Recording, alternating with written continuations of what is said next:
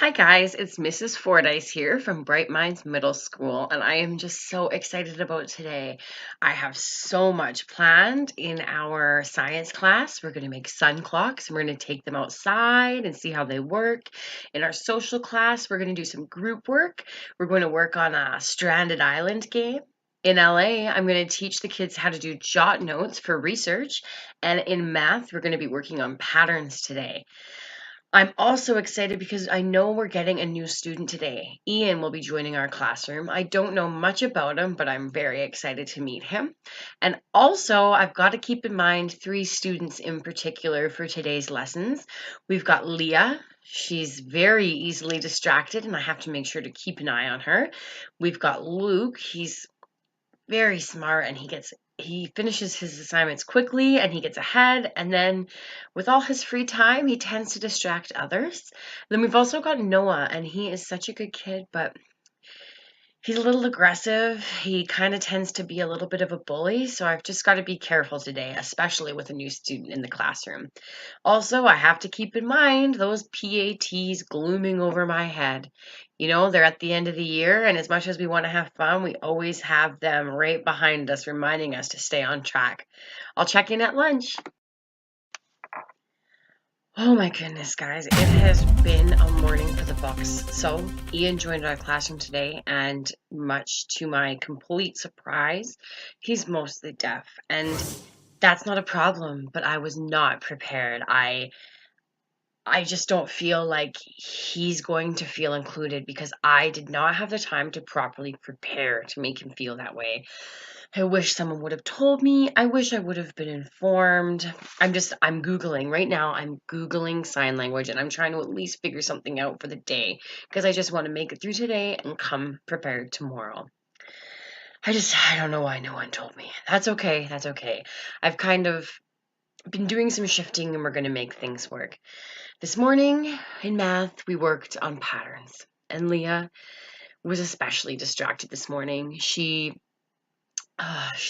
started good. She was quiet. We had an EA with her, and they worked on patterns. And slowly, she started to get more distracted. She's kicking the chair in front of her. She's kind of talking to the people around her, and then all of a sudden, she's yelling at me, "Stop talking!" It was time for the EA to quietly take her to another room where they could work on some math without disrupting the rest of the class. And I don't like to do that, but sometimes in order for everyone else to learn, it has to be done. We can only do so much, right? Also, this morning, Noah,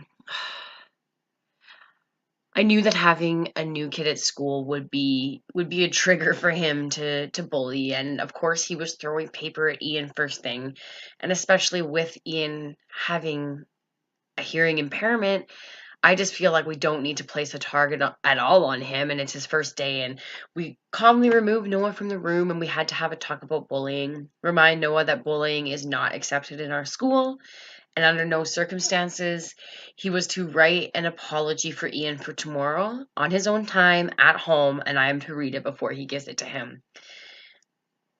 I would call his parents at home and tell him, but I know they don't care. I've called them before. And there's a reason that Noah is the way he is, and well, that's part of it.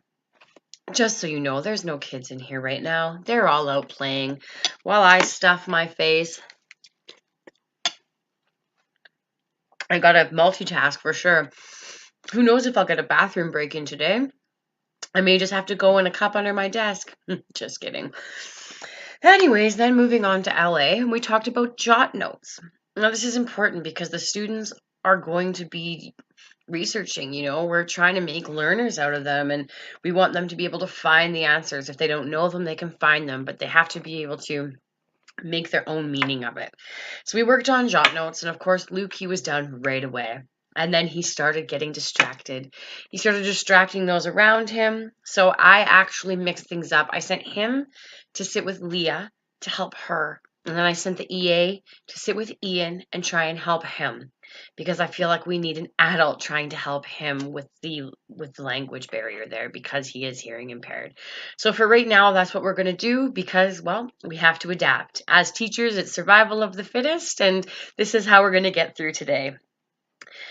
Pretty much, that's all for now. I will check back in at the end of the day and we'll see how everything went. I am still excited. We're going outside soon. We're going to check out our sun clocks and we're going to play a little bit of Stranded Island in social studies. So we'll see what the afternoon has in store. Oh my goodness, I'm home. I survived the day and barely. I'll be honest, there's Bailey's in this coffee. That's for sure. I kind of wanted to reflect on my day and bear with me because I had to make a list because there was some things that I knew I might forget about. So I'm just kind of going to go through our day. First, let's just talk about the second half of the day. So we went into science. In our science class, I was so excited. We were going to make sun clocks. The kids were going to craft their own sun clocks using a paper plate. We would put a clock face on it with a straw, and we would go out and point them north. We would see, they would tell us the time. I wanted to take them out a few times and do it so we could get, some different times to make sure it was working. And of course, right when we're about to get ready to do everything, we have a surprise fire drill. Perfect. Now the kids were devastated because I have been telling them about these sun clocks for a very long time. It was hard to even get them out. They said, let's just finish. Let's finish crafting them. We can go out and use them. And obviously, no, we just had to get out. They weren't happy. I'm not gonna sugarcoat that one. They pouted the entire time we were outside. And then by the time we got back in, pretty much we had enough time to clean up and to move on to our next class. So I guess we're going to be doing sun clocks again in the near future. It was disappointing. Like for Leah, she took it especially hard. She was excited, so she kind of threw a little bit of a fit. Poor Ian. He kind of didn't really know what was going on. It's his first day. There's a fire drill. Everyone's inside, outside, and he can't really hear what's going on. And because I was not informed, we didn't really have anyone to properly tell him what was going on. So it's little things like this that, could come in handy. Maybe it's not all teachers, but let me tell you, I like to be prepared. I don't like surprises. Anyways, moving on to social studies. We split the kids into groups, and this is what we did. It was an activity where they had survived a plane crash. This was the scenario. They're all survivors of the plane crash. It kind of tells them what they have with them. They're given a list. It's about 12 or 13 items, and they have to go through and in order, they have to rank them as a group. So everybody has to do it together from most important to least important. And why? And why is important too? Because we're not just picking, we need to know their thoughts behind it, or that there is some thought behind it.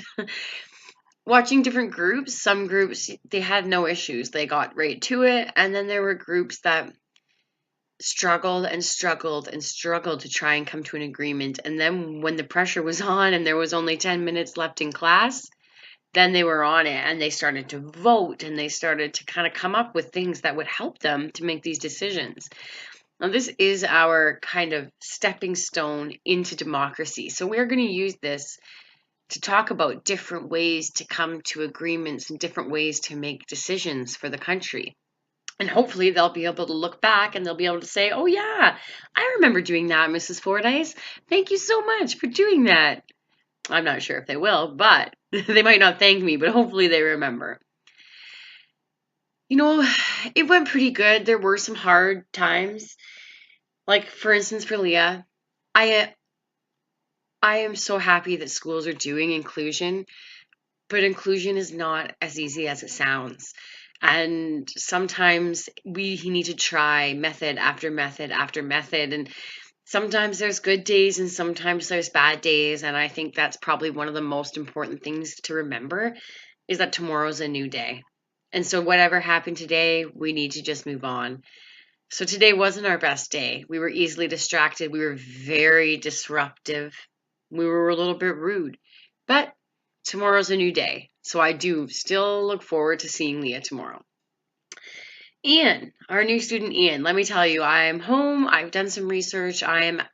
I actually have found a colleague who knows sign language. So they are going to come and they're going to help me, and we're going to kind of figure out a plan with Ian.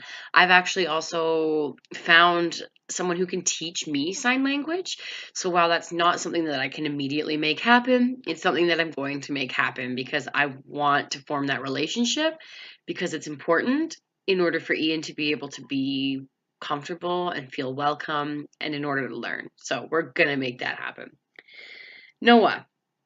As I said, Noah is sweet. And he was being really rude this morning. He was throwing paper. He was calling names. We had a discussion after school. I reminded him that he has to come back tomorrow and he has to have an apology for Ian.